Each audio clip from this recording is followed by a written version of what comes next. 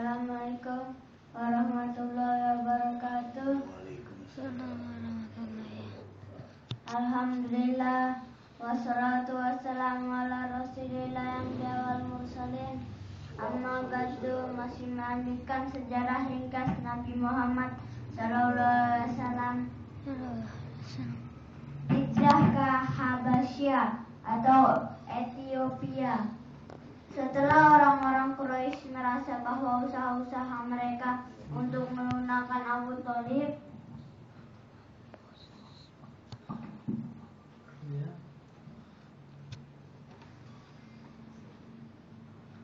tidak berhasil, maka mereka melancarkan bermacam-macam gangguan dan penghinaan.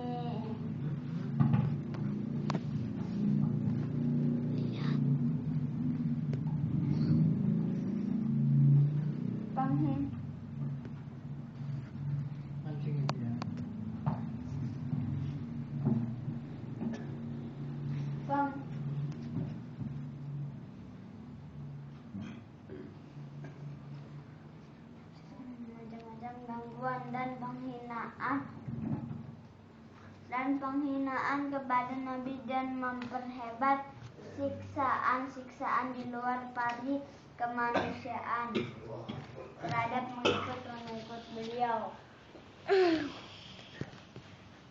Akhirnya Nabi tak tahan melihat penderitaan sahabat-sahabatnya itu, lalu menganjurkan agar mereka hijrah ke Habasyah, Abisinia, yang rakyatnya menganut agama Kristen, dan Rasul mengetahui bahwa Raja Habasyah yaitu Najasyi dikenal adil.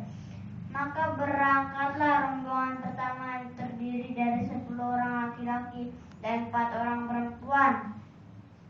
Kemudian disusul oleh rombongan yang lain hingga mencapai hampir ratusan orang. Di antaranya Utsman bin Affan berserta isinya, beliau Rakayah putri Nabi, Zubair bin Awan, Abdurrahman bin Auf, Ja'far bin Abu Thalib, dan lain-lain. Peristiwa ini terjadi pada tahun kelima sesudah Nabi Muhammad SAW menjadi Rasul, 615 Masehi. Setibanya di negeri Habasyah, mereka mendapat penerimaan dan perlindungan yang baik dari rajanya. Sikap baik yang ditunjukkan Raja Najasyi membawa kegelisahan orang Quraisy.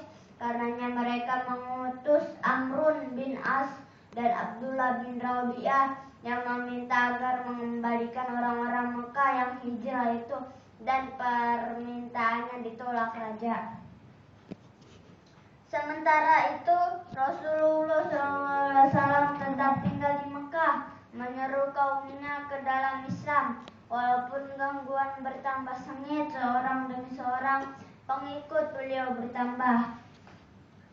Berkat rahmat Allah masuklah ke dalam agama Islam pada masa ini 2 orang pemimpin Quraisy yang sangat perkasa, yakni Hamzah bin Abdul Muthalib dan Umar bin Khattab. Keduanya orang ini pada mulanya menentang Islam yang amat keras. Kehadiran mereka dalam barisan Islam menghidupkan semangat kaum muslimin, karena mereka akhirnya menjadi benteng Islam. Masuknya Umar ke dalam agama Islam itu menimbulkan kejengkelan dan reaksi yang kuat di pihak Quraisy. Oleh sebab itu mereka memperhebat usaha-usaha mereka untuk melumpuhkan gerakan Nabi Muhammad SAW. Kesimpulan dari di sini, setelah orang-orang Quraisy merasa bahwa usaha-usaha mereka untuk melunakkan Abu Thalib tidak berhasil, maka mereka melancarkan bermacam-macam gangguan dan penghinaan kepada Nabi Muhammad SAW dan memperhebat siksaan-siksaan di luar pari kemanusiaan terhadap pengikut-pengikut beliau. Akhirnya Nabi tak tahan melihat penderitaan itu. Sahabatnya itu hijrah ke Abbasiyah Abysinia yang rakyatnya mengangkut agama Kristen.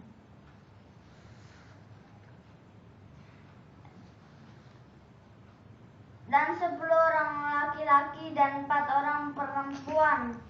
Kemudian disusul oleh rombongan-rombongan sampai ratusan orang. Di antaranya Utsman bin Affan beserta istrinya beliau Ruqayyah, putri Nabi, Zubair bin Awam, Abdurrahman bin Auf, Ja'far bin Abu Thalib, dan lain-lain.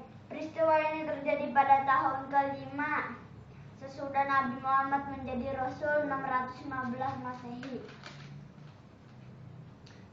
Setibanya di negeri Habasyah, mereka mendapat perimanan dan perlindungan yang baik dari rajanya. Sikap baik yang ditunjukkan Raja Najasyi membawa kegelisahan orang Quraisy. Karenanya mereka mengutus Amrun bin As dan Abdullah bin Rabi'ah yang meminta agar mengembalikan orang-orang Mekah hijrah. Sementara itu Rasulullah tetap tinggal di Mekah, menyeru kaumnya ke agama Islam walaupun gangguan bertambah sengit.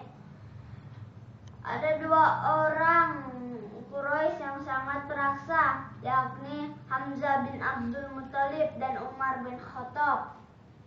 Kedua orang ini pada mulanya hidup semangat